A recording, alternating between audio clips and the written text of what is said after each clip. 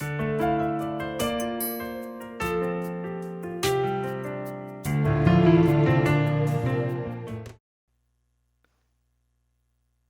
me dedicado nos últimos encontros a falar sobre um tema que é um dos mais vitais e apaixonantes na minha vida. Gosto muito de doutrinas escatológicas, gosto muito de histórias do Velho Testamento, de biografias de homens de Deus, seja do Velho, seja do Novo, mas o mais crucial dos temas, o mais importante dos temas, tem a ver com uma palavrinha muito pequena. A palavra graça. Nós gostamos muito da palavra amor, certo? Se perguntar qual a palavra mais importante da Bíblia, poderíamos dizer amor. Eu diria, você está equivocado. É a graça. É por causa da graça que você conhece o amor. Você não conheceria o amor. Ao mesmo tempo, nós nos confundimos e tropeçamos porque Deus tem duas alianças muito importantes. A aliança judaica do Velho Testamento e a aliança da graça no Novo Testamento. Só que nós ficamos muitas vezes confundidos e perdidos nessas duas alianças. E hoje nós vamos esclarecer, pretendo fazê-lo com detalhes, para entendermos por que, apesar de sabermos que a salvação vem pela graça, nós temos uma forte inclinação natural para a lei. Talvez você nunca parou para meditar sobre isso. Por incrível que pareça, nossa inclinação, nós não inclinamos para a graça porque achamos muito de graça. E quando é muito de graça, quando o santo faz muito milagre, diz que nós desconfiamos. Nós sempre achamos que temos que pagar um preço. Se a coisa é boa, tem que pagar um preço. E esse preço tem que ser alto. E por causa disso, há algumas distorções no Evangelho que é pregado hoje, até por nós, não é pregado por aí. Ou nós pregamos uma graça barata, ou pregamos uma graça mesclada. Não é que não tem graça, mas é a graça mesclada com demandas. E se não cumprir essas demandas, você não será salvo. Isso é experiência minha. Eu estou falando de algo que não vi nos outros, eu vi em mim mesmo. Nos confundimos quando falamos do Evangelho do Reino. Eu quero deixar claro para os irmãos, se eu conseguir este feito, eu estou extremamente satisfeito. Vivemos num tempo em que verdade e engano, verdade e mentira se mesclam. Vemos isso todos os dias, seja na internet, seja na televisão, seja na imprensa falada, seja na imprensa escrita, ao ponto de termos agora uma expressão que representa muito de nossos dias e nossa geração. Fake news. Só que a palavra fake, poucos até não sabem exatamente, por não dominar o inglês, a maioria sabe. Fake quer dizer falso, mentiroso, enganoso. News quer dizer notícia, uma falsa notícia, uma falsa narrativa. E essas falsas narrativas são tantas que hoje nós temos que receber um recado, uma mensagem, e examinar em sites especializados para dizer se aquilo é verdade ou mentira, se é boato ou procede aquilo. Questionamos tudo, inclusive o que é verdadeiro. E eu quero dizer para os amados que o fake news já existe há long time, há muito tempo. A Bíblia fala, olha o que Paulo escreve. que as armas de nossa milícia não são carnais, mas são poderosas em Deus para destruir fortalezas. Se você estudar profundamente essa declaração de Paulo, você vai descobrir que essas fortalezas foram montadas, criadas dentro da nossa mente.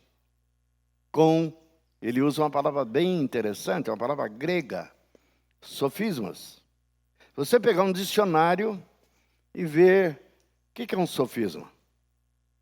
Se fosse traduções contemporâneas, dizia fake news. Sofisma quer dizer fake news. Sofisma quer dizer uma narrativa que tem aparência de verdade. Por isso que nós somos enganados. Tem aparência de verdade, mas por trás tem uma dose letal de mentira. E ela entrando e você aceitando na sua mente, ela cria um paredão, cria uma fortaleza, uma estrutura de pensamento que você chega a pensar que o pensamento é seu, mas ele foi plantado dentro de você. Agora a pergunta, nós estamos isentos disso? A resposta é não. Está cheio de fake news, de mentiras, de engano, usando a Bíblia. Quando Satanás chega para Eva, o que ele fala para ela? Ele queria enganá-la, queria seduzi-la, queria levá-la a fazer o que ele queria e não o que Deus queria. Mas o que ele fala? Que foi que Deus disse. Essa expressão, que foi que Deus disse, ele está falando da palavra que Deus tinha dado para Eva e para Adão. Não coma. E se comer dessa árvore do bem e do mal, certamente morrerás. Então ele tinha que pôr em dúvida a palavra de Deus. Quando ele vai tentar Jesus, o que ele usa? A palavra. É possível imaginar uma coisa dessa, que alguém vai usar a palavra de Deus para me tentar? Li ontem, vocês podem não acreditar, li ontem algo assustador. Estão usando a Bíblia para dar golpe. Ligando para você, cuidado, se alguém ligar para você e perguntar assim, você gostaria de ouvir um texto da palavra de Deus para o seu benefício hoje? Você vai dizer o quê? Sim. Ele está gravando aquele sim seu. E vai seguir, faz 4 colocações. As 4 colocações terminam, você diz sim, aceito, obrigado, e conclui. E eles vão pegar essa gravação que você vai falar e vai usar em outra situação para dar um golpe. Nem vou entrar em detalhes, não veio o caso.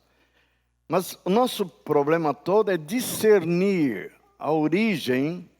Não só a origem, se ela é engano ou mentira, mas normalmente ela vem mesclada, se mescla. E mesclado deixa de ser a pura verdade. Nós vivemos épocas que temos que aprender a discernir a verdade da mentira, do engano. E entre nós tem mescla no Evangelho. O Evangelho que salva, amados, não tem absolutamente nada a ver com a lei. Pelo contrário, nós vamos ver textos que afirmam isso com muita convicção. Na introdução, eu citei os irmãos que vinham da Judéia e pregavam nas igrejas estabelecidas por Paulo na Galácia, em que eles diziam, se não deixar de circuncidar, e nem guardar a lei de Moisés, os costumes de Moisés. Ele está falando isso para gentios, não são judeus. Se não deixar de circuncidar, como nós judeus, nos circuncidamos. E não guardar a lei de Moisés, de modo algum podeis ser salvos. Não é só uma questão de guardar ou não guardar a lei, ou de ser circuncidado ou não. É mais forte, é mais além. Perceba o que está sendo declarado. Você não pode ser salvo. Aí está a distorção. Isso já no 1º século. Paulo viveu no primeiro século. Esses irmãos eram da igreja de Jerusalém. Então, mesmo em Jerusalém, onde o evangelho era pregado, já havia o quê? Mescla entre lei e graça. Eles não estavam negando Jesus. Estão dizendo uma outra coisa. O que eles estavam dizendo? Só Jesus não basta. É Jesus, sim, que representa a graça, mas a lei. Então, estão querendo pegar as duas alianças e juntarem as duas.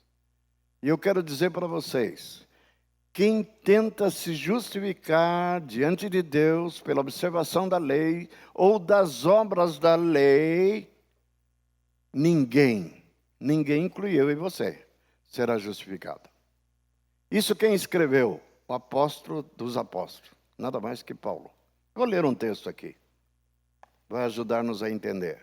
Isso é só uma simples introdução, mas eu quero que os irmãos tirem de sua mente, destrua toda e qualquer fortaleza que foi criada dentro de você para ser um guardião da lei. E essas fortalezas, esses sofismas, vão impedir que seus olhos enxerguem a gloriosa graça de Deus. Não enxergamos. Chegamos frestas, chegamos flashes, mas mesclamos. E isso é uma tragédia, porque isso nos impede de andar no Espírito. Isso nos impede de andar na verdade. Isso nos impede de amar de fato e de verdade. Isso nos impede de agradarmos a Deus. Nos impede. Quero ler um texto breve aqui, como introdução. Gálatas, capítulo 3,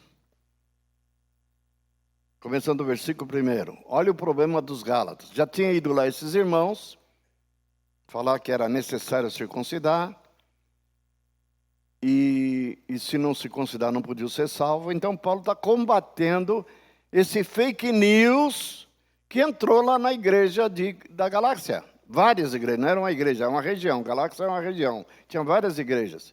E Paulo está escrevendo para toda a galáxia. Igrejas as quais ele tinha fundado. Pregando o que evangelho? Evangelho da graça. Olha o que ele diz. Ó Gálatas insensatos. Capítulo 3, o verso 1. Ó Gálatas insensatos, quem vos fascinou a vós outros, antes cujos olhos foi Jesus Cristo exposto como crucificado? Quero apenas saber isso de vós, recebeste o Espírito pelas obras da lei ou pela pregação da fé?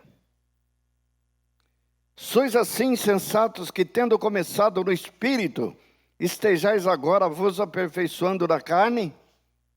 O que é aperfeiçoar na carne? Tentar guardar a lei. Simples. Surgem perguntas, é claro, mas a lei não é boa? Deus não mandou, não deu a lei? Aí que começa a nossa dificuldade de entendimento.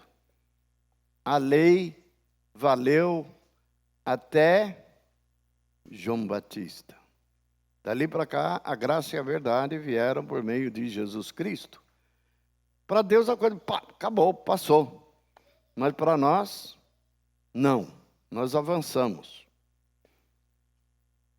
Sois assim insensatos que, tendo começado no Espírito, estejais agora aperfeiçoando na carne? Terá sido em vão que tantas coisas sofrestes, se na verdade for em vão aquele, pois, que vos concede o Espírito e que opera milagres entre vós, porventura o faz pelas obras da lei ou pela pregação da fé? É o caso de Abraão, que creu em Deus e isso lhe foi imputado por justiça. Sabei, pois, que os da fé é que são filhos de Abraão.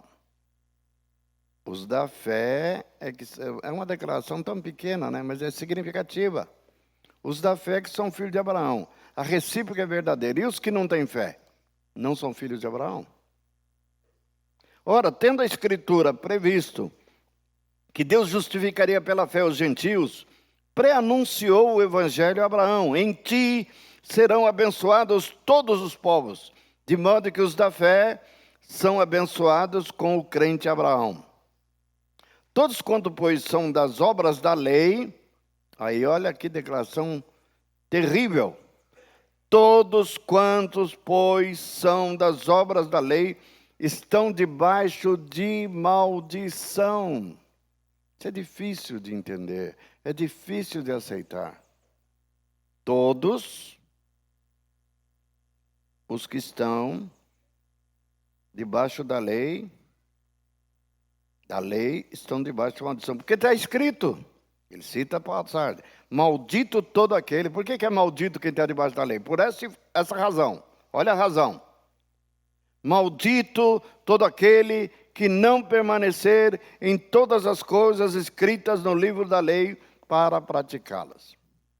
A pergunta que o homem tem que fazer a si mesmo, na sua vã tentativa de guardar a lei, é: eu estou conseguindo?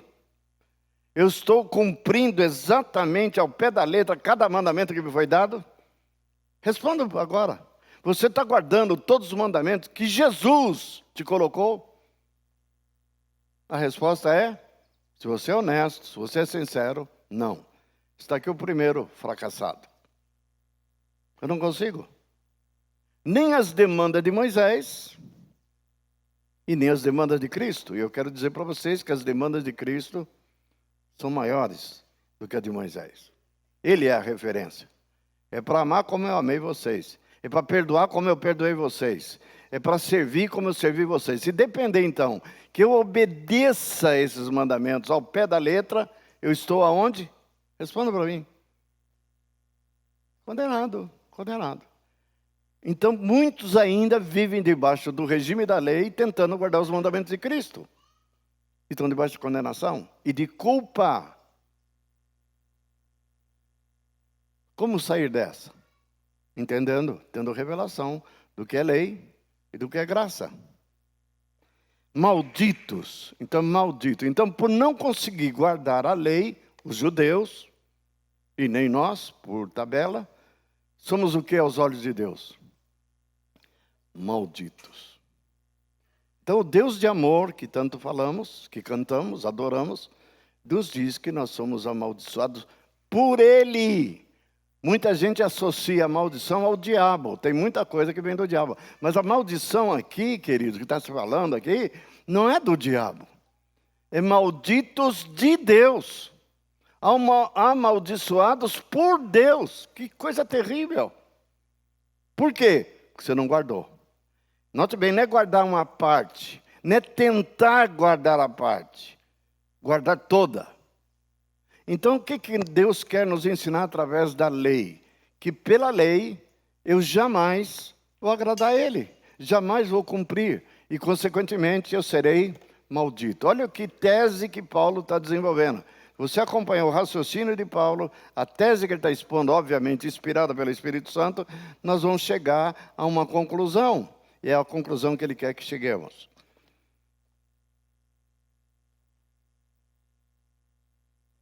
É evidente que pela lei ninguém é justificado diante de Deus, porque o justo viverá pela fé.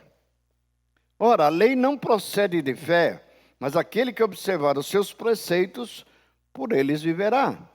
Cristo nos resgatou. Da onde? Da maldição da lei. Aleluia! Como que ele me resgatou? Como? Não é possível. Simples. Olha como ele me resgatou. Simples eu digo. Para mim, né? Para ele não foi simples, não. Cristo nos resgatou da maldição da lei, fazendo-se Ele próprio maldição em nosso lugar. Porque está escrito, maldito todo aquele que for pendurado no madeiro. Cadê aquela cruz? Não está aqui mais. Tiraram a cruz. Tinha uma cruz aqui de madeira. Maldito todo aquele que foi pendurado. Agora veja a conclusão de Paulo, amado. Abra os olhos para entender isso. Mas, por que foi maldito em nosso lugar? Obviamente, se perguntar, nós vamos falar para quitar nossos pecados. Mais do que isso, amados, muito mais.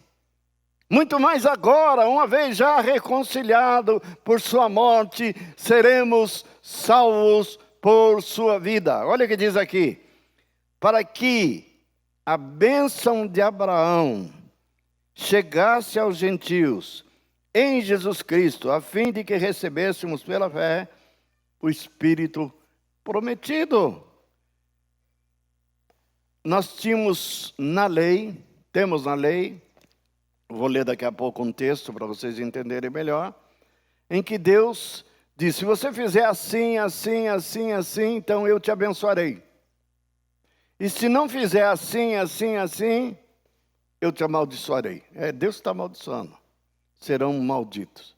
Aqui está declarando que Jesus assumiu todas as vezes que eu quebrei a lei, a maldição que eu merecia morrer, por ter quebrado a lei.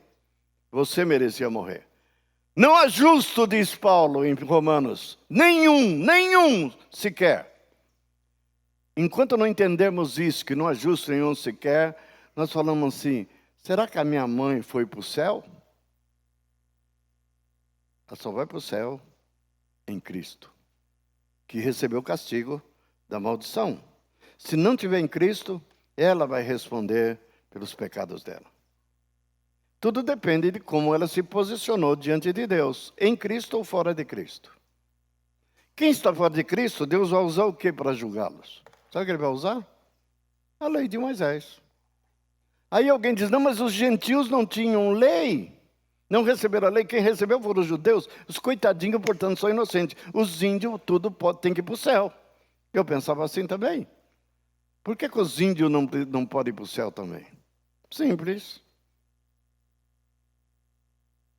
Eles não estão em Cristo. Como assim? Mas eles não ouviram o Evangelho. Então, Deus não é justo. Engana-se. Diz que a norma da lei que foi dada a Moisés, a mesma lei, está gravada no coração deles. Ou seja, o índio não precisa da lei de Moisés para saber um mandamento, um só. Não matarás. Ele sabe, está dentro do coração. E sabe o que eles fazem com os seus filhos que eles não querem rejeitar? Nasce uma menina, ele queria um homem, um guerreiro, enterra vivo. Estão enterrando no Brasil. A nossa ministra Damares denunciou isso com muita veemência. Enterram vivos. E eles não sabem, eles são inimputáveis, como diz a lei brasileira, porque são índios, não pensa, trata como se fosse um animal irracional. Eles sabem. Não só isso, eles sabem que Deus existe. E, no entanto, adora demônios. Como é que eu sei que eles sabem? Está na história brasileira. Não sei se dão isso na escola mais, mas no meu tempo dava. Vocês nunca viram falar de Tupã? Deus dos índios, era o nome da divindade, Tupã. E pergunta, o que é Tupã? Pega o dicionário, você vai ver que é Tupã. O pai dos espíritos. Quem é o pai dos espíritos? Aqui em Hebreus. Deus é o pai dos espíritos. Ah, então eles conhecem Tupã? Conhecem. E por que adora Ogum? Oxalá? Ah, mas isso é os deuses africanos. E aqui você pensa que não tinham nomes? Sabem. A norma da lei está no coração deles. E eles conhecem Deus pelas coisas que foram criadas. Por isso, eles são indesculpáveis. Tendo conhecimento de Deus, não adoraram como Deus, antes se fizeram nulos em seus próprios raciocínios e fizeram para si mesmo, para sua descendência, ídolos, feitos de madeira, feitos de barro, feitos de ferro, e o adoravam. Quando um português deu um tiro com um bacamarte, chamaram ele de caramuru. Que quer dizer o quê? Filho do trovão. Quem é o trovão? Era Tupã. Então, quem fazia esse barulhão no céu? Tupã, movendo os móveis lá de cima da morada dele. Tupã. É o Deus. Eles não adoravam Tupã. Nem adoram até hoje. A maior dificuldade, falando com um missionário que está entre os índios há mais de 30 anos. Ele foi meu professor de missões. Ele disse, Se você pensa que os índios não conhecem Deus, eles conhecem Deus. Só que não querem saber deles, preferem os demônios. E a maior dificuldade de se converter ao Evangelho é que eles temem ser perseguidos pelos deuses que eles adoram e servem, ou seja, os demônios. Os demônios temem, então não abandonam. São inocentes? A resposta é não. Portanto, para recebermos a bênção de Abraão, temos que nos livrar da maldição dos que violam a lei.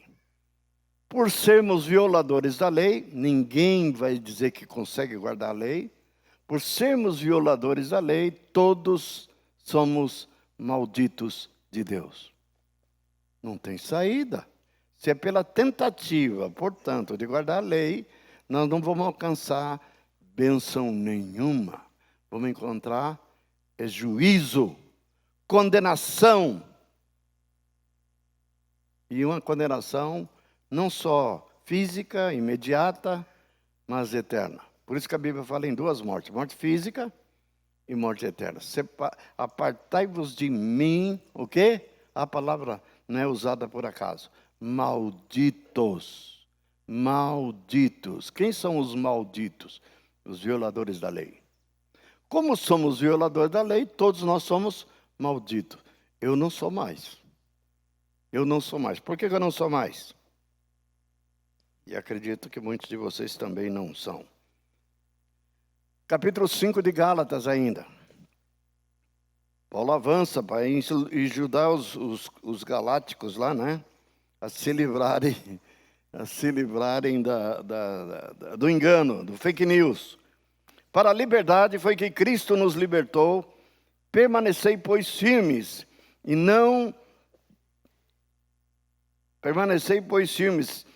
vos submetais de novo ao jugo de escravidão. Eu, Paulo, vos digo que se vos deixar de circuncidar, qual o problema, Paulo, fazer uma circuncisãozinha? Se isso vai nos aproximar mais de Deus, se eu estou cumprindo o mandamento da lei, qual o problema? Até Jesus circuncidou. Está vendo o problema? Por isso que Paulo foi acusado de ensinar os gentios a apostatarem de Moisés. Ele falou, não precisa. Para que circuncidar? Olha o que ele vai dizer. Se ele falar só que não precisa, ele vai mais longe. Eu, Paulo, vos digo que se vos deixar de circuncidar, Cristo de nada vos aproveitará. De novo testifico, e a todo homem que se deixa circuncidar, que está obrigado, o quê? A guardar toda a lei. Quer circuncidar, ô infeliz? Circuncida. Mas não é só isso, não. Não. Você vai circuncidar e vai guardar toda a lei de Moisés, toda. E ai de você, se não guardar a lei. Você vai ser morto. É o que ele continua dizendo. Guardar toda a lei. De Cristo vos desligaste. Ai, agora complicou. De Cristo vos desligastes, vós que procurais justificar-vos na lei, da graça decaíste.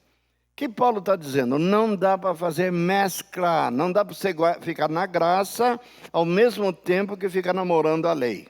Não dá. Ou você larga a lei de uma vez e não tenta ir agradar a Deus por este caminho e vá por este caminho. É uma nova aliança. E são irreconciliáveis. Não pode haver mescla. Hoje o que mais existe na igreja é mescla entre lei e graça. Daí a nossa dificuldade de avançarmos. Porque nós, pelo Espírito, aguardamos a esperança da justiça que provém da fé. Aquela fé que ele mencionou no capítulo 3, que falou que Abraão, um parênteses, abre um parênteses. Quando ele fala de Abraão, que Abraão foi justificado pela fé, o que ele quer dizer? Você tem que situar no tempo. Abraão é o pai da nação de Israel.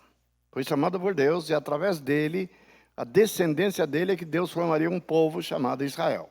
Descendente dele primeiro foi Isaac, Isaac gera Jacó e Esaú. Ele escolheu Jacó para ser a continuação. Do Jacó nasceu, de Isaac nasceu Jacó, e Deus fez aliança com Abraão, com Isaac e com Jacó. E Jacó gerou 12 filhos que vieram ser pai das 12 tribos. E no Egito, ficaram 400 anos cativos, gerou uma nação de 3 milhões de pessoas. Essa é a nação de Israel, essa é a descendência de Abraão. Só que Abraão viveu antes disso. Eles ficaram no Egito 400 anos. A lei foi dada depois da libertação do povo do Egito. Ou seja, tinha passado quanto tempo? Mais de 400 anos. Então, Abraão não conhecia lei nenhuma. Para dizer que não tinha lei nenhuma, sabe o que Deus fala para ele? Assim, Abraão, pois não, Senhor, eis-me aqui. Anda na minha presença, ó o mandamento. E sê tu uma bênção. Não, anda na minha presença, sê perfeito. Perfeito. Não é que perfeição, não tinha lei. Qual a perfeição que Deus? Você seja igual a mim. Já era a demanda. Ser perfeito e ser tu uma bênção. Mandou ele servir. E ele seguiu. E creu. Diz que ele creu em Deus, na promessa de Deus, que ele teria uma descendência, que ele seria pai de muitas nações. Creu, e isso lhe foi imputado por justiça. Foi lhe dado, declarado justo diante de Deus, pela fé que ele teve. Note bem, então Paulo está usando esse argumento para mostrar que a justificação perante Deus vem pela fé e não pela obediência aos mandamentos da lei. Pelo contrário, ao cumprir, ao tentar obedecer e guardar a lei, tornavam-se malditos de Deus. Olha que contradição, uma coisa estranha, horrível. E, claro, vai surgir muitas perguntas, por isso que a gente estuda a teologia. Então, por que razão Deus deu a lei? Já sabia que a lei ia ser um desastre. Paulo responde. Leia a Bíblia, você vai encontrar. Ele diz um dos motivos, tem vários motivos, mas um deles é: sem lei não há pecado. Se você anda numa estrada e não tem placa nenhuma dizendo velocidade máxima 80 por hora, você pode andar 120, 150, e nenhum guarda, nenhuma autoridade vai, está correndo muito. Correndo muito de onde? Para você eu posso estar correndo, mas para mim não. Eu costumo andar 200 por hora. Estou só 100, não estou correndo muito. Eu costumo voar. Observe que para dizer que alguém é transgressor, tem que ter uma lei. Então Deus, por ser um ser moral e tinha a intenção de julgar o homem, ele tinha que dar uma lei para evidenciar a transgressão, evidenciar o pecado. Ao dar a lei, ele já sabia de antemão, essa é a diferença, que nenhum homem ia guardar. É a mesma coisa os camaradas que põem a placa de velocidade máxima, 80. Eles sabem que vão obedecer ou não? Me responda. Uns podem até obedecer. Mas eu duvido que aquele que obedece a velocidade 80 por hora, obedece, tudo bem. 80, 100 por hora. Tem muitas estradas que é 100 por hora. Também obedece. Não eu quero ver você obedecer quando fala que é 40 por hora. Não fala que é 20 por hora. Como é 10 por hora. Vou dar um testemunho. Sinto muito ter que citar minha esposa. Ela não gosta não, mas eu tenho que citar. Acho que todo marido enfrenta isso, a menos que ele seja lerdão no pé, não acelera. Eu tenho o pé pesado, eu acelero. Pode ver a potência dos carros que eu tenho, vocês veem que eu costumo andar forte. Mas não sou imprudente. Ela prefere andar comigo do que com muitos irmãos. Irmãos. Que dirige até bem. Ela se sente insegura. Por quê? Ela sabe que apesar de eu andar rápido, eu sou prudente. Mas eu estava andando a 100 por hora, numa rodovia federal, a BR-116, que liga Porto Alegre a Canoas. Estava eu, ela e os filhos, indo para uma reunião, em Novo Hamburgo, parece, ou Canoas. E eu estava a 100 por hora. Ela falou assim: Moacir, você não acha que está correndo muito? E eu falei assim: não, estou correndo muito. nós não estamos atrasados, pode diminuir o pé. Falei, querida, não, ela não parou aí. Se ela parasse aí, ela pegou e fez a seguinte menção. Observe que a velocidade máxima é 80 por hora. Quando ela falou isso, eu disse, eu sei que é 80 por hora, mas muitas vezes não dá para andar na velocidade estabelecida aí. Ela falou assim, isso você que está falando. Eu falei, tá bom. Ela deu um azar, não sei se é azar ou Deus queria dar uma lição nela.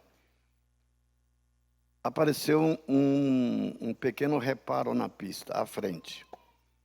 Aí dos 80 por hora, que é a velocidade máxima, botaram a placa 40 por hora. O que eu fiz? Estava 80. Falei, não, tudo bem. Eu vou andar na velocidade. Eu sabia que ela ia ser a primeira a protestar. Vou andar na velocidade que você quer que eu ande, obedecendo as placas.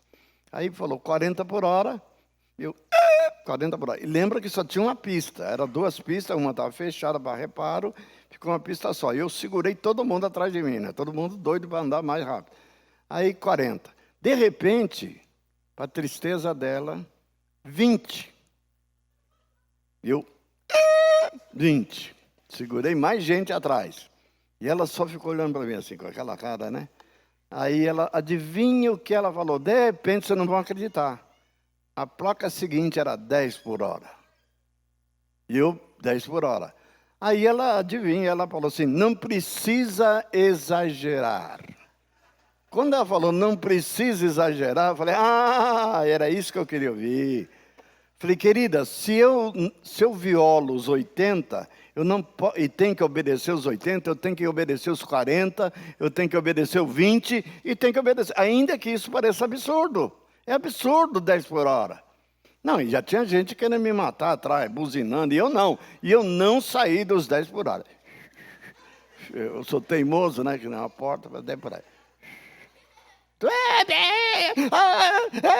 E eu, minha mulher, falar com a minha mulher.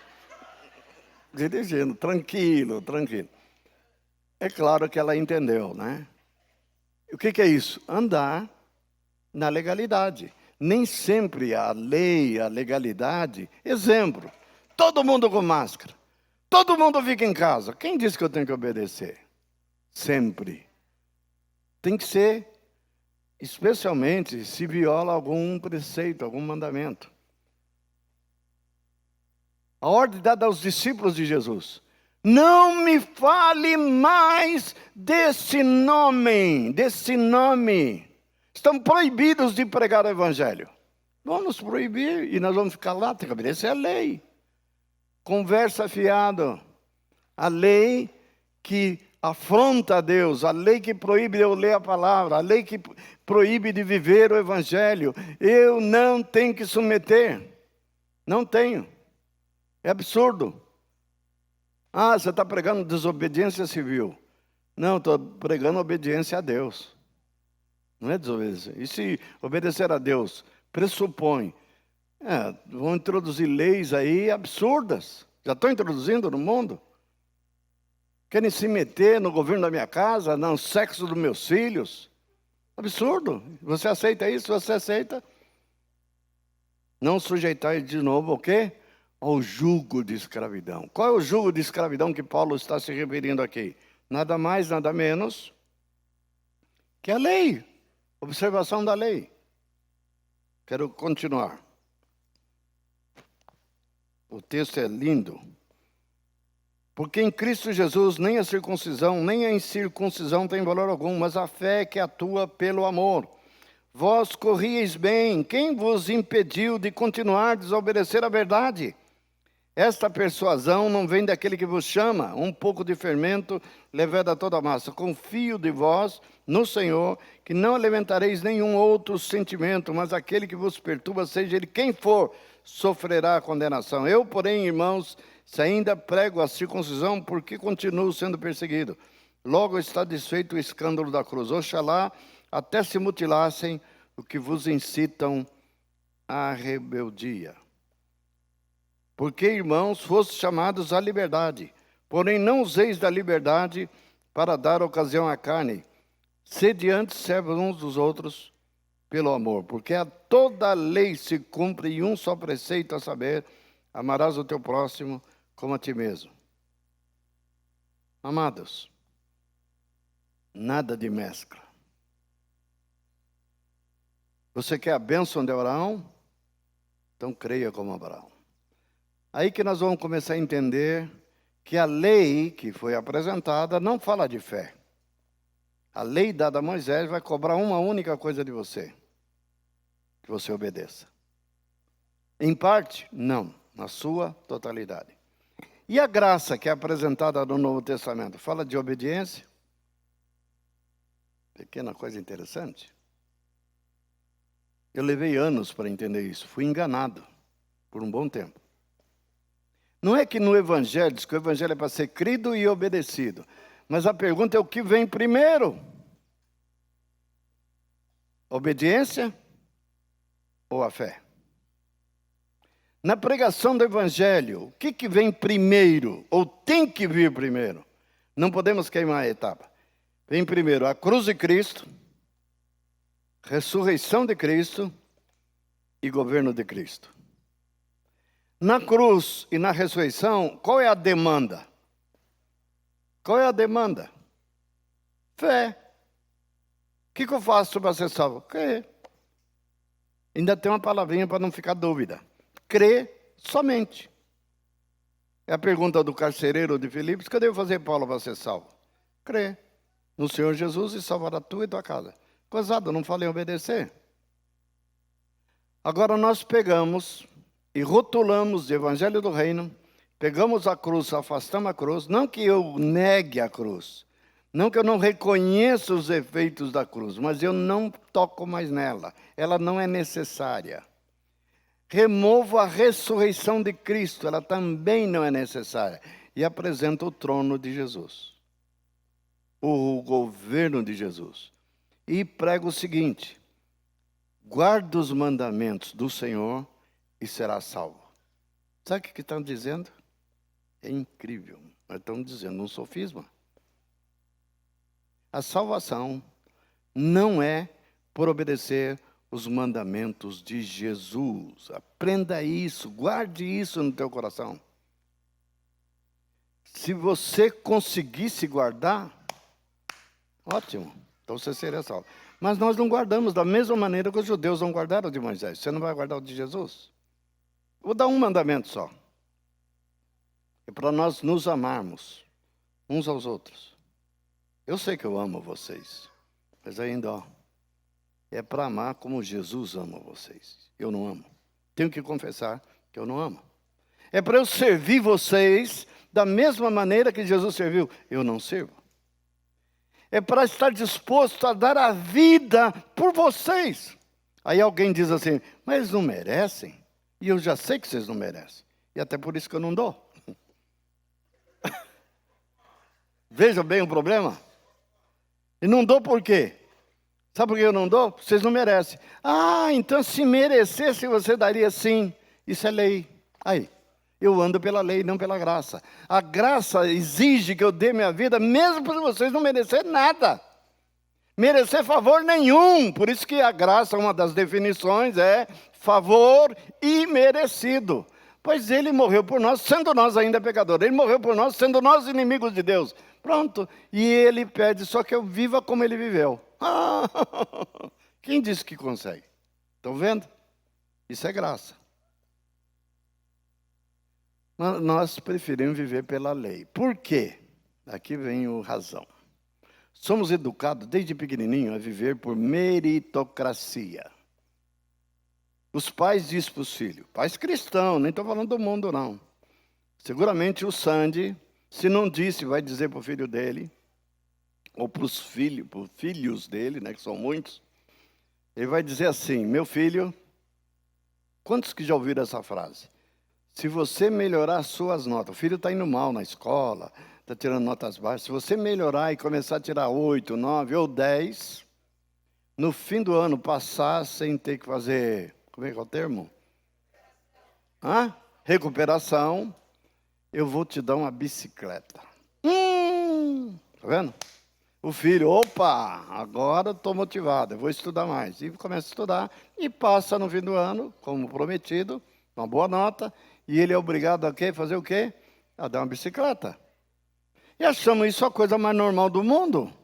A gente dá bicicleta para quem merece, quem se esforça, quem guarda os mandamentos do pai e da mãe. Quem não guarda, quem é um mau aluno, um mau filho, desobediente, encrenqueiro, não.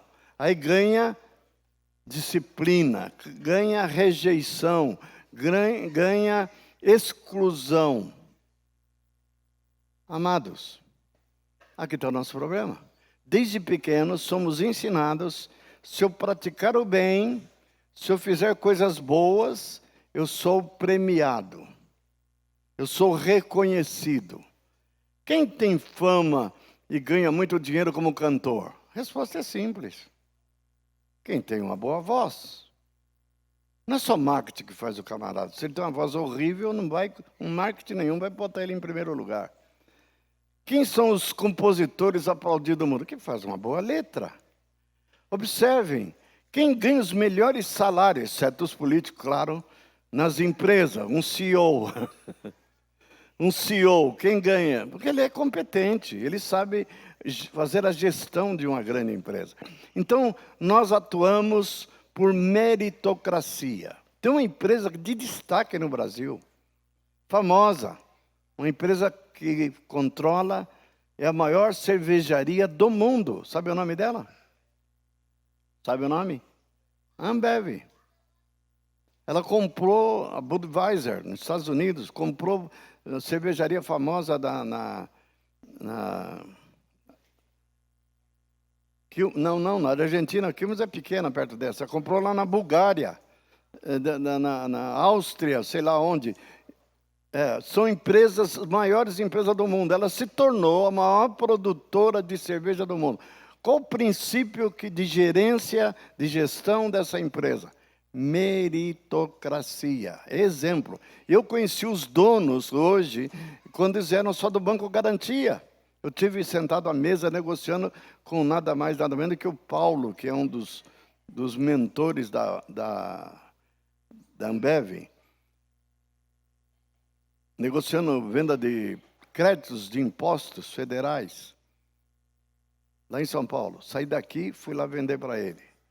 Agora, qual é a lógica para fazer a empresa prosperar, crescer? Meritocracia. Ele promove qualquer um desde que dê o sangue pela empresa. Faz sócio, faz participando dos lucros. Lindo, maravilhoso.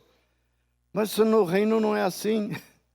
Por que é difícil eu aceitar a graça? Porque é estranha a minha própria natureza. Eu aceito a lei. Na lei, para dizer a verdade, é mais fácil de viver, por incrível que pareça, com exceção da consequência, né? Na lei. Amarás o teu próximo, complete a frase. E o quê? Amarás o teu próximo, vírgula. Vocês não lembram da lei? E odiarás o teu inimigo. O que eu quero fazer com o inimigo? Picadinho. Olho por olho, dente por dente, não é mais fácil do que dizer assim: sujeitai aos vossos senhores, não somente aos bons e cordatos, mas também aos perversos. Perverso não. Aquele que esfola você, que arranca o teu couro, sujeitai-vos a ele. Que glória há quando pecais e fazeis e suportais com paciência. Que glória há. Mas quando fazeis o bem e sois igualmente afligidos, isto é grato a Deus. Pois Jesus deixou-vos exemplo para seguir os seus passos. Quando ultrajado, não revidava com ultraje. Quando ameaçado, não fazia ameaça, mas entregava-se para aquele que julga retamente. Qual que é mais fácil? Sujeitar os bons e cordatos, e ao líder, patrão, marido perverso, ripa nele. Melhor, mais fácil. Está mais de acordo com meus impulsos. Os impulsos que alguém chamou o Roberto Jefferson chama os instintos mais primitivos. Eu tenho instinto primitivo. Qual é o meu instinto? Qual é o instinto que o Marcinho tem? Qual é o instinto que o Zé Geraldo tem? Pisou no meu calo, minha mãe dizia, não, sou muito boa, mas não pisa no meu calo, não. Pisou no meu calo, vai levar. Mais fácil. Não é mais fácil do que sujeitar ao perverso. Pois Cristo vos deixou exemplo para seguir o seu passo. Para isto mesmo é que foste chamados. Nós vamos chamar não para viver na lei mais, mas para viver na graça. A demanda da graça é muito maior, muito mais difícil. E eu vou conseguir viver isso na força do meu braço? A resposta é não, não. Por isso que vem uma resposta de Deus. Você vai conseguir fazer isso por uma razão. Pela graça. No Velho Testamento, então, quando fala de graça, nós temos o equívoco de pensar que agora não tem mandamento nenhum, não tem demanda nenhum, e por isso agora é o oba-oba. Essa que é chamada de graça barata. Alguns entendem a graça dessa maneira. Agora você está livre para fazer o que você quer. Está muito enganado. O texto que lemos, que não sujeitar de novo ao jugo de escravidão, termina falando. Foi para a liberdade que Cristo nos libertou, mas, tem um mas. Você é livre de fazer qualquer coisa, mas não agir segundo a carne. Então, quer dizer, para você andar no Espírito. Na lei, diz assim, comporta-te para seres aceito. Comporta-te para seres aceito. Joia. Como é que eu tenho que me comportar? Guardar a lei. Só a lei? Você acha que vai conseguir? Só a lei. E na graça diz, és incondicionalmente aceito. Agora, pois, comporta-te. Deus não abriu mão do comportamento. Mas primeiro eu tenho que fazer na lei para ser aceito. Na graça eu já sou aceito, independente do que eu tenha feito. Mas agora ele espera que eu comporte. Só que eu tendo um comportamento inadequado, não significa que eu estou perdido, porque eu não sou salvo pela lei, pela prática da lei. Eu sou salvo pela fé em Cristo. Então, quando eu me vejo em Cristo, qual é a diferença? Cristo viveu debaixo da lei, debaixo do regime da lei, e guardou todos os mandamentos. E o texto da Sagrada diz que ele foi obediente em nosso lugar. Ele guardou a lei. Quando eu estou em Cristo, é como se eu tivesse guardado a lei. Não só isso, ele deu a vida para morrer no meu lugar, para pagar, para quitar minha dívida com Deus, por ele ter transgredido e ferido a lei. Resolveu o problema? Ainda não. Agora eu morri com ele, ressuscito com ele, para viver em novidade de vida. Essa novidade de vida continua sendo agradar a Deus. Viver para Deus. Só que agora eu estou em Cristo. Levei um tempo para conseguir fazer o link. O que habita no esconderijo do Altíssimo, a sombra do Onipotente descansará. Como eu queria morar nesse lugar, como eu desejava. Agora minhas escamas caíram. Eu já estou no esconderijo do Altíssimo. Sabe qual é o esconderijo do Altíssimo? Estar em Cristo. Eu estou em Cristo. Logo, eu habito aonde? Eu fui enxertado em Cristo. Se você não foi, você está fora. Nele estão escondidos todos os tesouros da sabedoria e do conhecimento. Então, em Cristo eu tenho sabedoria, em Cristo eu tenho conhecimento, em Cristo eu tenho vida, em Cristo eu tenho perdão, em Cristo eu sou aceito.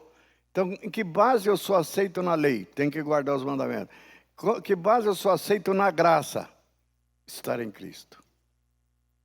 E estar em Cristo, como é que eu entro em Cristo? A resposta é pela obediência aos mandamentos. Não, não fala isso. Você entra em Cristo pela fé. Pela fé. Hoje tem alguém pregando que você tem que fazer isso, fazer aquilo, pagar o preço. Cuidado com essa expressão. Para você ser aceito. Isso é lei. Mesma lei de Moisés, ainda que seja do Novo Testamento. Eu cheguei aqui em Niterói, eu estava em São Paulo, quando eu chego, falo assim, e se ele não concordar, aumenta o preço. Irmãos, que preço? O preço já foi o quê? Foi pago. Ele pagou um alto preço, nós cantamos isso, já foi pago um alto preço. De Jesus aonde? Na cruz. E ele pagou esse preço para quê? Para que através dele, pela graça dele, do Pai dele, eu fosse aceito. Eu sou totalmente, nem em parte, totalmente aceito. Deus não fala assim, eu vou te aceitar em parte.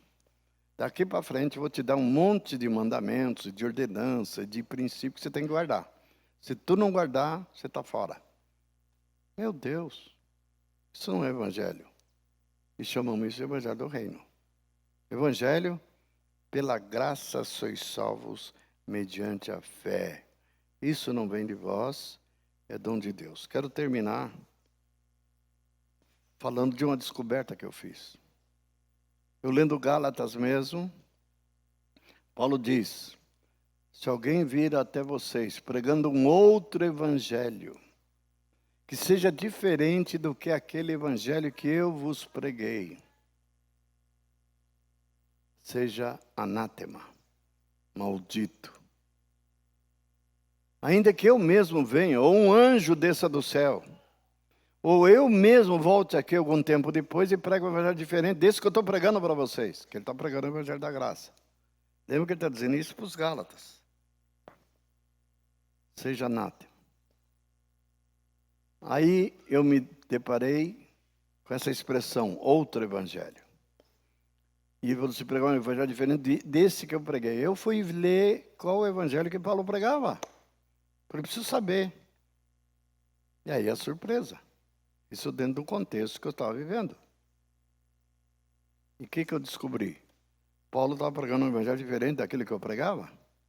Qual evangelho que eu fui introduzido e estava pregando há muitos anos?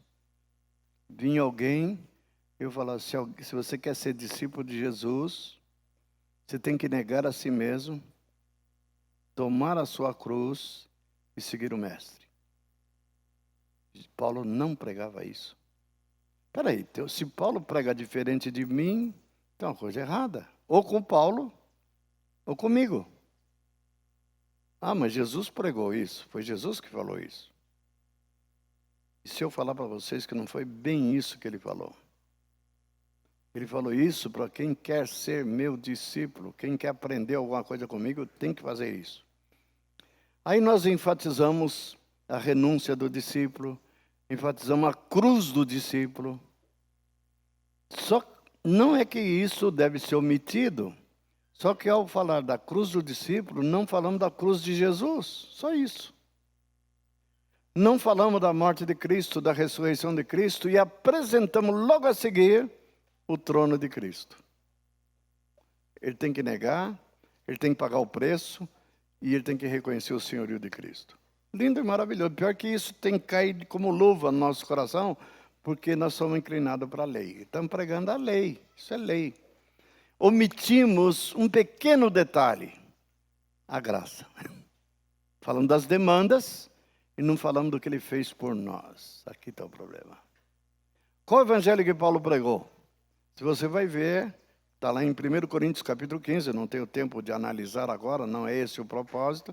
Ele diz assim, venho vos lembrar, estou falando para os coríntios, o evangelho que vos preguei. Ele já tinha dito no capítulo 1 de 1 Coríntios que eu fui estar entre vós e decidi nada saber, nada falar da sabedoria humana, mas sim de Cristo e esse crucificado. De que cruz que ele fala primeiro? Do discípulo ou de Cristo? É de Cristo.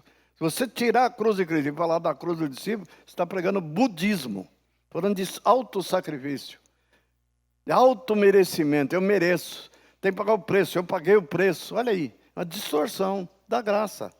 Você não paga preço nenhum. O preço alguém pagou, é muito caro, mas foi ele, não você. Você não vai pagar preço nenhum, você vai receber de graça.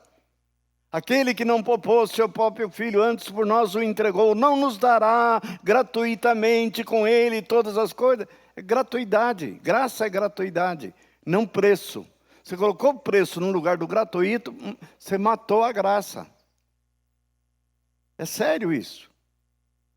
Aí Paulo diz assim: venho vos lembrar o evangelho que vos preguei. Já tinha pregado para ele, agora ele está lembrando. Agora ele não está falando para os Gálatas, está falando para os Coríntios. Que Cristo morreu por nós na cruz. Só isso? Não, isso não é pregar o evangelho. Falar que Jesus morreu na cruz, você não está pregando o evangelho. Todo mundo sabe, é um fato histórico, que Jesus morreu na cruz, não fuzilado, não enforcado, nem de morte natural, morreu numa cruz. Vírgula, pelos nossos pecados. Aqui muda tudo. Ele morreu pelos meus pecados, então meus pecados estão resolvidos com a morte dele? Está. Pela morte dele, pelo derramamento do sangue dele, teus pecados foram quitados. Todos, passado, presente e futuro. Você é justificado mediante a fé nesse sacrifício. Terminou aí, isso é o evangelho? Não. Isso é um terço do evangelho. Os púlpitos evangélicos no Brasil inteiro e no mundo falam da morte de Cristo na cruz. O sangue de Jesus tem poder. Isso é parte do evangelho, é um terço do evangelho. O evangelho que Paulo pregava, ele vai além. Aí ele fala que esse Jesus que foi pregado na cruz, morreu, ao terceiro dia ressuscitou dentre os mortos. E o próprio Paulo que diz: se Jesus não ressuscitou, é vã nossa fé, é vã nossa pregação. É necessário que Jesus ressuscitasse, para que garantisse que o que ele fez teve validade para Deus, teve aprovação de Deus. Ele ressuscitou, dando a entender que da mesma maneira que ele venceu a morte, os que creem nele também ressuscitarão. É a garantia, é a esperança. Segundo elemento, ele ressuscitou. E Paulo complementa, segundo as Escrituras. Então, no primeiro ele morreu, segundo as Escrituras. Ele ressuscitou, segundo as Escrituras, tudo do Velho Testamento. E aí ele fala o terceiro elemento, que também falta nas pregações de alguns, ou de muitos, que ele ressuscitou e Deus o exaltou sobremaneira e colocou ele à destra. E disse para ele: assenta-te à minha direita. Isso tudo está no capítulo 15 de 1 Coríntios. Assenta-te à minha direita até que eu ponha todos os teus inimigos como estrado dos teus pés. Paulo termina falando que o evangelho tem esses três elementos: morte de Cristo na cruz, segundo as Escrituras, que ele ressuscitou ao terceiro dia, segundo as Escrituras, e que ele assentou à destra da majestade nas alturas, segundo as Escrituras. É gozado. Ele não falou para negar, não falou para tomar a cruz, não falou de pagar o preço. Interessante. Nada. E ele fala que quem fala isso está pregando o outro evangelho. Isso é sério, irmãos. Fomos influenciados por isso por muitos anos. Sim ou não? Sim. Nunca mais use a expressão tem que pagar o preço. Você está induzido a pessoa a viver com obras da lei para se justificar. Amém? Então tira um peso, tira um fardo. Tira um peso. Então não é para ser bom, mas é claro, é para você ser tão bom quanto Jesus é bom. É para ter amor, tanto amor como Jesus amou. Então é pouca coisa que Deus demanda? Não, as demandas de Deus são grandiosas. Que é para ser como o filho dele, nos conformar à imagem do seu filho. Mas antes ele dizia: comporta-te para seres aceito.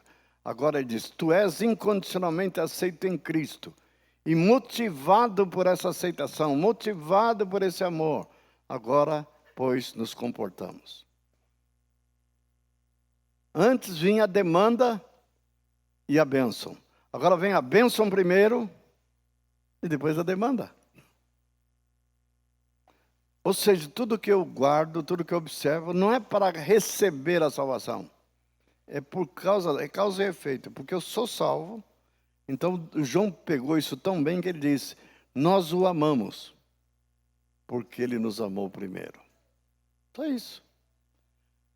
Lá tinha um mandamento. É hora de terminar. Lá tem um mandamento. Tinha um mandamento. Amarás o Senhor teu Deus de todo o teu coração, de toda a tua força. Adiantou? Responde. Mandamento não convence.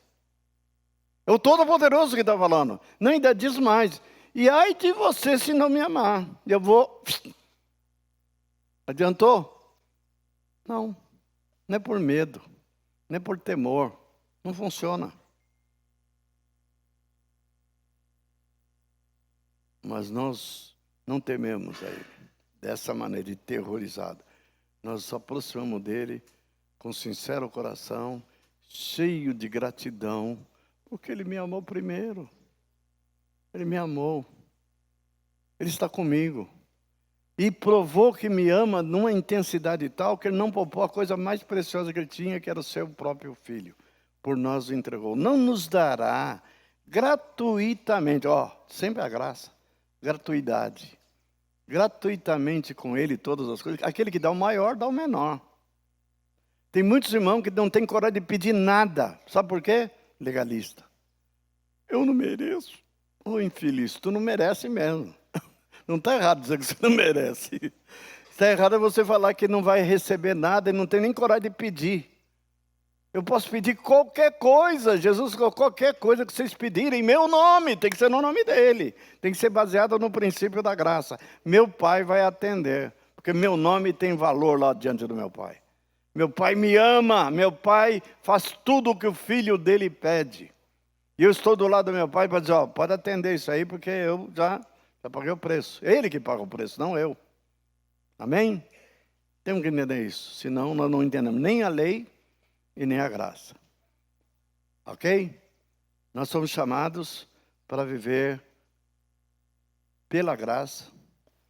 E graça significa que eu tenho que agir em relação a Deus pela graça e tenho que relacionar com Deus pela graça e relacionar com os irmãos pela graça. Se eu for relacionar com vocês pela lei, eu não estaria nem aqui. Essa é a primeira verdade.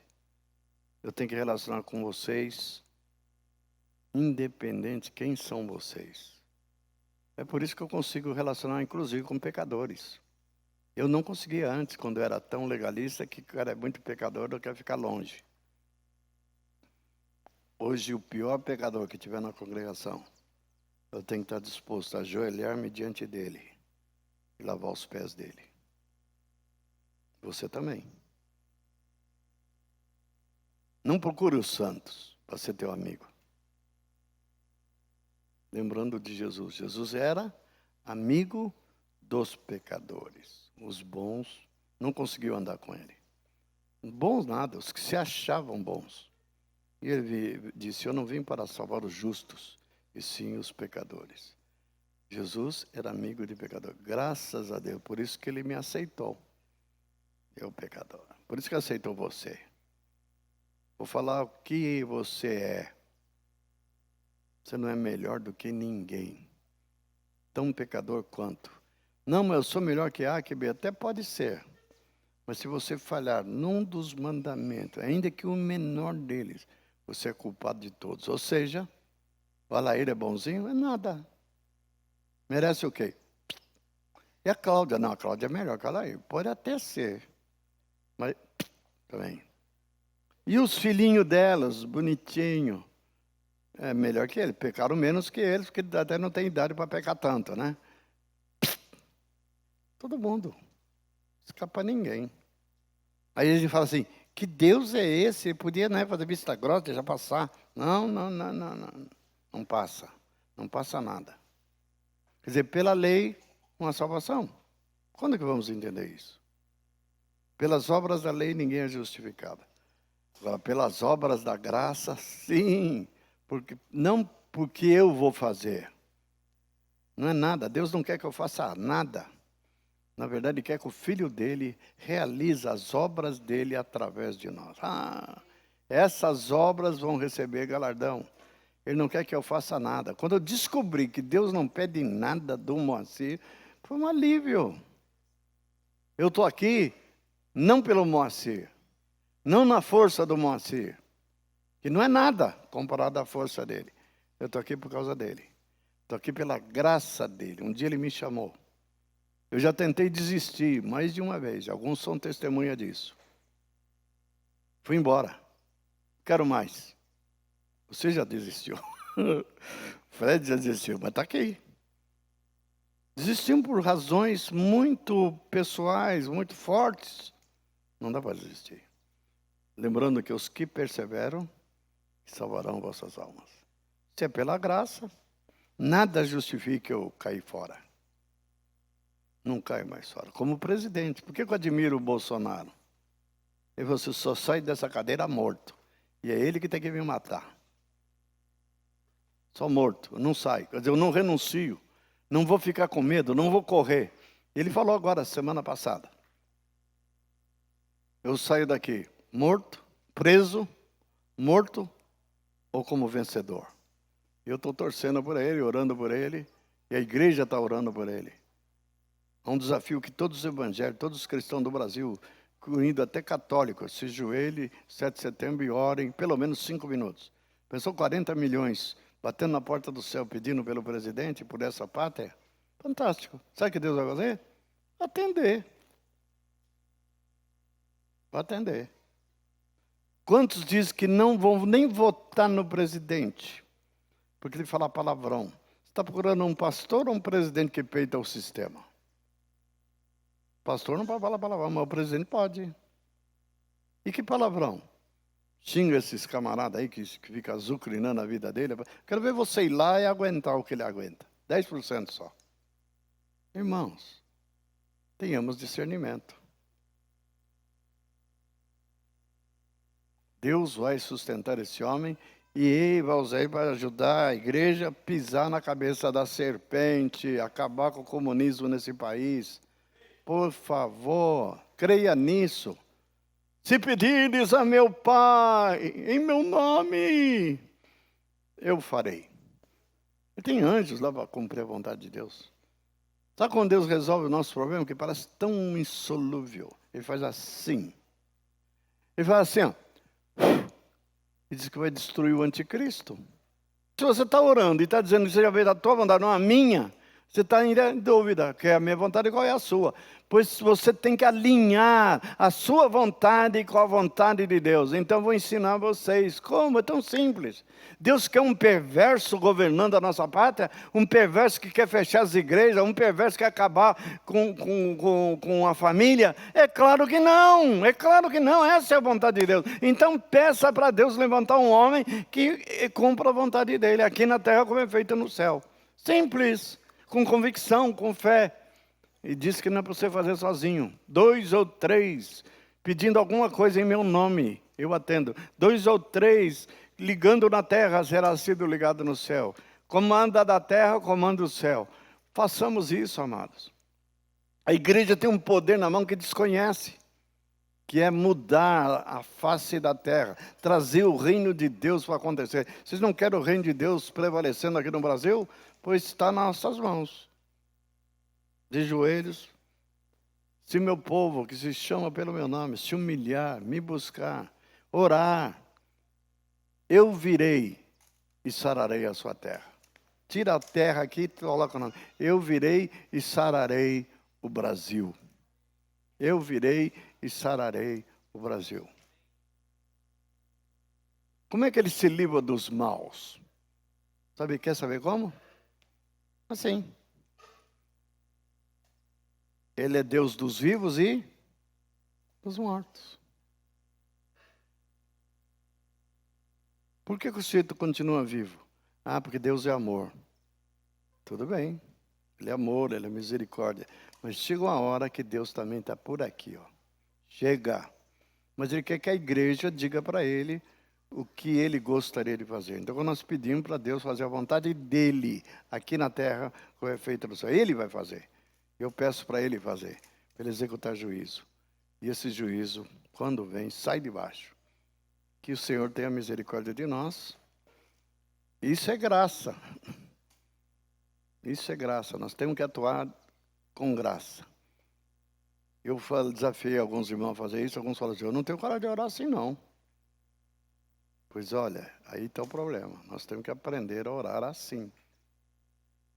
Que o Senhor nos dê clareza e entendimento e que tragamos o reino de Deus sobre essa nação. Feliz é a nação cujo Deus é o Senhor. Não é Xangô, não é Iemanjá, nada disso. Eu não sou contra o culto dos que creem nessas coisas.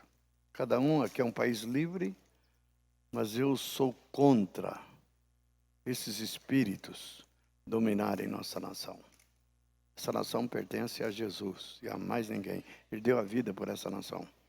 E é a Ele que eu devo culto, é a Ele que eu presto culto e é a Ele que eu peço a vingança. Quero que Ele governe, não só sobre a minha vida, sobre a minha família, mas sobre a igreja, não, sobre esse país. Sobre esses homens. Que Deus derrube todos os homens maus, seja onde eles estiverem. Onde estiverem, Deus jogue por terra.